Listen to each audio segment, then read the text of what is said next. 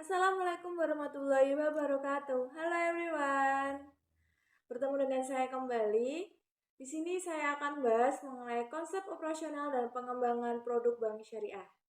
Dan di sini saya tidak sendiri loh.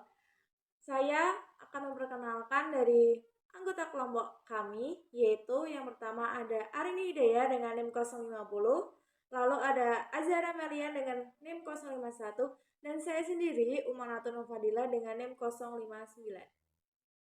Pada kesempatan kali ini, kami akan bahas 3 poin penting yang ada pada materi kali ini. Yang pertama itu ada konsep operasional bank syariah. Yang kedua ada konsep dasar ekonomi Islam dan prinsip dasar operasional bank syariah. Lalu yang terakhir yaitu ada produk operasional bank syariah. Memasuki pada materi yang pertama yaitu mengenai konsep operasional bank syariah. Di dalam konsep operasional bank syariah ini ada 3 poin. Yang pertama ada politik, lalu yang kedua ada sosial, dan yang ketiga ada ekonomi. Di mana kerangka kegiatan muamalat secara garis besar terbagi menjadi 3 yang sudah saya sebutkan tadi. Lalu pada poin ketiga yaitu ekonomi. Di dalam ekonomi ada bagian lagi yaitu ada 3 poin. Yang pertama ada konsumsi, kedua ada simpanan, dan yang ketiga ada investasi. Pada slide selanjutnya tadi dijelaskan bahwasanya ada poin mengenai konsumsi. Di dalam konsumsi ini ada 2, yaitu ada secara Islam dan dalam Al-Quran. Secara Islam itu mengajarkan bahwasanya kita pada pola konsumsi tidak boleh berlebihan dan tidak boleh keterlaluan. Lalu juga dalam konsumsi kita juga mempunyai pola moderat atau tengah-tengah. Lalu dalam poin kedua di dalam Al-Quran yaitu pada surat Al-Isra 17 ayat 27 melarang terjadinya nadzir, sesungguhnya orang yang melakukan itu adalah audara, saudara syaitan. Nah, dalam konteks kehadiran lembaga keuangan mutlak adanya karena ia bertindak sebagai intermediate antara unit supply dan unit demand, di mana keberadaan lembaga keuangan dalam Islam sangat vital karena kegiatan bisnis roda ekonomi tidak akan berjalan tanpanya. Untuk itu, berpersepsi yang jelas tentang konsep Islam dalam lembaga keuangan itu khususnya di bank. Selanjutnya, dari teman-teman sekalian udah tahu belum bank syariah itu apa? Nah, bank syariah ini terdapat 3 poin yang mungkin bisa menjadi landasan dari pengertian dari bank syariah ini. Yang pertama itu terdapat pada Undang-Undang Nomor 10 Tahun 1998 pada pasal 1 yang menyatakan bahwa bank syariah adalah bank umum atau bank pembiayaan rakyat yang melakukan pelaksanaan kegiatan usaha berdasarkan prinsip syariah yang dalam kegiatan memberi jasa dalam lalu lintas pembayaran. Jadi bank syariah ini merupakan bank yang menggunakan prinsip syariah. Lalu landasan yang kedua mengenai Algot dan Lewis tahun 2021 mengatakan bahwa bank syariah memberikan layanan bebas bunga kepada nasabahnya. Dilarang bayar menarik bunga atau riba. Hal ini yang membedakan prinsip Islam dan perbankan konvensional. Lalu yang ketiga yaitu ada dalam prinsip utama bank Islam yaitu pelarangan riba, melakukan kegiatan usaha dan perdagangan berdasarkan keuntungan yang sah dan memberi zakat. Jadi dapat disimpulkan dari 3 dasar pengertian bank syariah ini bahwasanya bank syariah tidak menggunakan namanya riba atau bunga. Dan juga perbankan syariah itu menggunakan prinsip-prinsip syariah begitu. Dan menurut Antonio dan Prawata Wajah, pengertian bank syariah membedakan menjadi 2, yaitu bank syariah beroperasi sesuai dengan prinsip-prinsip syariah Islam, khususnya menyangkut tata cara bermuamalah secara Islam. Lalu yang kedua, tata cara bermuamalah itu dijauhi dari praktek yang dikhawatirkan mengandung riba diisi dengan kegiatan invest dan dasar bagi hasil dan pembiayaan perdagangan. Lalu bank yang tata caranya beroperasinya itu mengacu kepada ketentuan Al-Quran dan hadis.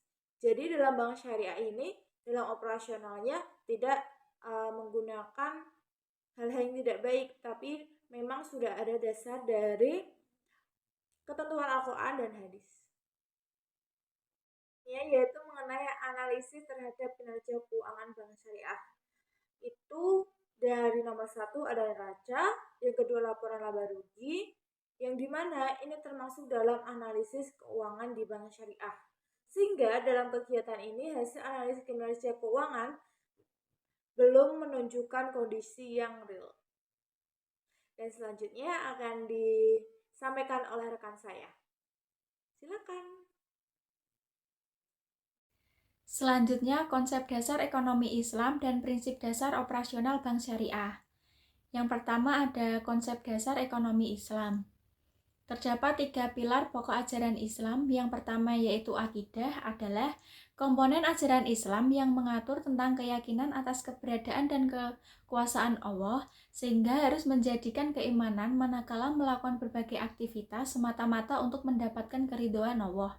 Yang kedua yaitu syariah, yaitu komponen ajaran Islam yang mengatur tentang kehidupan seorang muslim baik dalam bidang ibadah maupun dalam bidang muamalah, yang merupakan aktualisasi dari akidah yang menjadi keyakinannya.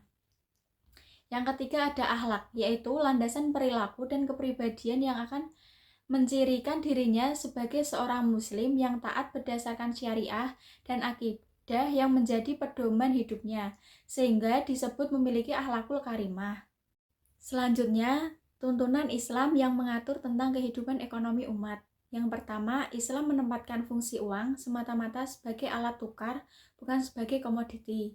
Yang kedua, riba dalam segala bentuknya dilarang, termasuk bunga bank. Yang ketiga, tidak memperkenankan berbagai bentuk kegiatan yang mengandung unsur spekulasi dan perjudian. Yang keempat, harta harus berputar atau diniagakan, sehingga tidak boleh hanya berpusat pada segelintir orang. Yang kelima, bekerja dan mencari nafkah adalah ibadah yang wajib dilakukan. Yang keenam, kegiatan ekonomi harus dilakukan secara transparan dan adil atas dasar suka sama suka tanpa paksaan. Yang ketujuh, adanya kewajiban untuk melakukan pencatatan atas setiap transaksi, khususnya yang tidak bersifat tunai, dan adanya saksi yang bisa dipercaya. Dan yang kedelapan, zakat sebagai instrumen untuk pemenuhan kewajiban penyisihan harta yang merupakan hak orang lain yang memenuhi syarat untuk menerima, dan juga anjuran untuk mengeluarkan infak dan sedekah sebagai manifestasi. Selanjutnya, prinsip dasar operasional bank syariah. Yang pertama, bank syariah dengan sistem bagi hasil dirancang untuk terbinanya kebersamaan dalam menanggung risiko usaha dan berbagai usaha antara pemilik dana yang menyimpan uangnya di lembaga, lembaga selaku pengelola dana, dan masyarakat yang membutuhkan dana yang bisa berstatus pinjaman dana atau pengelola usaha. Selanjutnya, pada sisi pengerahan dana masyarakat, sahibul mal berhak atas bagi hasil dari usaha lembaga keuangan sesuai dengan porsi yang telah ditentukan. Selanjutnya, pada penyaluran dana kepada masyarakat, sebagian besar pembiayaan disalurkan dalam bentuk barang atau jasa yang dibelikan bank syariah untuk nasabahnya. Baik, saya akan menjelaskan yang ketiga, yaitu produk operasionalisasi bank syariah. Di sini ada sistem penghimpunan dana. Sistem penghimpunan dana itu dibagi menjadi 3, yaitu yang pertama sumber dana. Nah, bank syariah itu harus memiliki sumber dana yang optimal sebelum disalurkan ke masyarakat. Untuk yang kedua ada titipan. Titipan itu prinsip yang digunakan dalam penghimpunan dana adalah prinsip titipan atau wadiah. Untuk yang ketiga adalah investasi. Akad yang sesuai dengan prinsip investasi adalah akad mudharabah. Untuk pembahasan selanjutnya adalah sistem penyaluran dana. Untuk yang pertama ada equity financing, itu dibagi menjadi 2, yaitu al-mudharabah. Bank tidak dibenarkan meletakkan jaminan kepada nasabah karena ia bukan bersifat utang. Sedangkan yang kedua adalah al-musyarakah, akad antara 2 orang atau lebih dengan menyertakan modal dan dengan keuntungan dibagi sesama sesuai kesepakatan. Yang kedua ada debt financing. barang dengan uang yang termasuk skim jual beli adalah bai al-murabah. Yang kedua ada uang dengan barang. Pertukaran ini dapat dilakukan dengan skim bai as-salam. Yang ketiga ada jasa layanan perbankan, itu ada al-wakalah, akad perwakilan antara dua pihak, di mana pihak pertama mewakilkan suatu urusan kepada pihak kedua. Yang kedua ada hawalah, akad pemindahan utang suatu pihak ke pihak lain. Yang ketiga ada al-qard, pembelian harta kepada orang lain yang dapat ditagih kembali. Yang keempat ada kafalah, menjadikan seseorang ikut bertanggung jawab atas tanggung jawab seseorang dalam pelunasan utang. Yang kelima ada ran, menahan salah satu harta milik si peminjam sebagai jaminan yang diterimanya. Untuk yang keenam ada sarf, transaksi pertukaran antara uang dengan uang.